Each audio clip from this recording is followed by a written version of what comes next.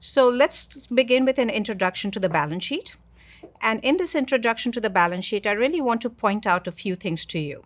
Specifically, number one, I want to discuss the balance sheet as it applies to the sources and uses of financing for the firm, the difference between liabilities and equity. Then I want to talk to you about assets, number three. Number four, I want to discuss the balance sheet identity, sometimes called the balance sheet equation. And then we can finish up this intro to the balance sheet with a discussion on some terminology that is important for you to know. So we start with number one, the sources and uses of funds.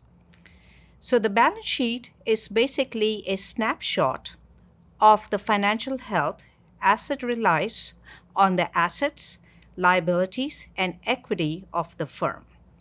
I like to think of this as a T account.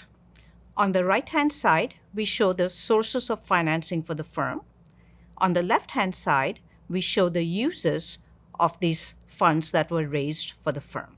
Number two, the liabilities and equity of the firm. On the liability side, we have debt. Debt can be short-term or long-term. Short-term debt has a maturity of 1 year or less. Long-term debt is anything that is more than 1 year. On the right-hand side of the balance sheet is also equity. And the equity component tells you about the ownership of the firm. So that's number two. Moving on to number three, let's talk about the assets of the firm. So we already said that the balance sheet shows the sources of funds on the right-hand side. So on the left-hand side, the assets shows you the use of these funds. What is the firm buying to make value maximizing decisions with the financing of the firm?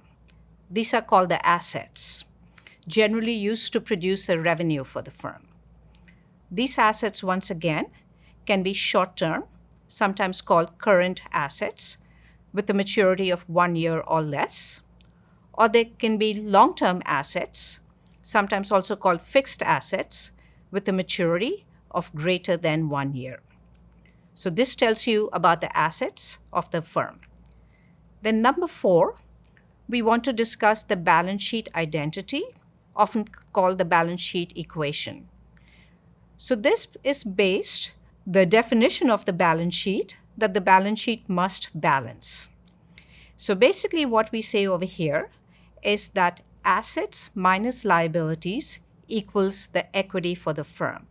In other words, equity is the balancing item on the balance sheet.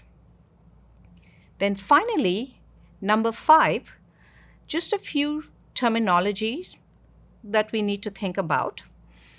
The most important thing in terms of balance sheets is really that it gives you an idea about the liquidity of the firm. And really in liquidity, we're looking at current assets versus current liabilities.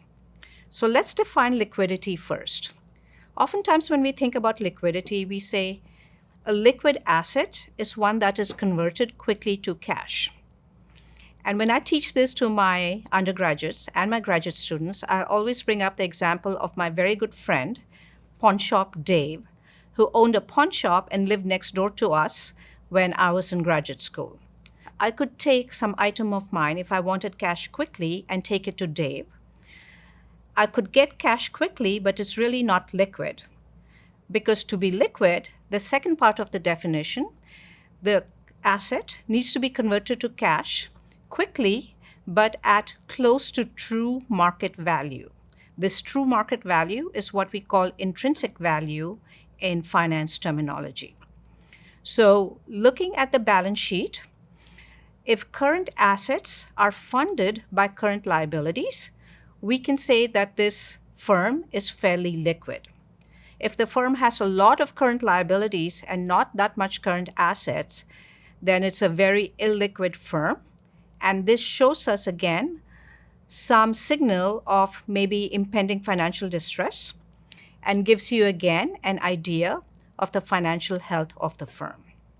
So now that you have a basic understanding of how a balance sheet is structured, let's dive into the liabilities and equity side.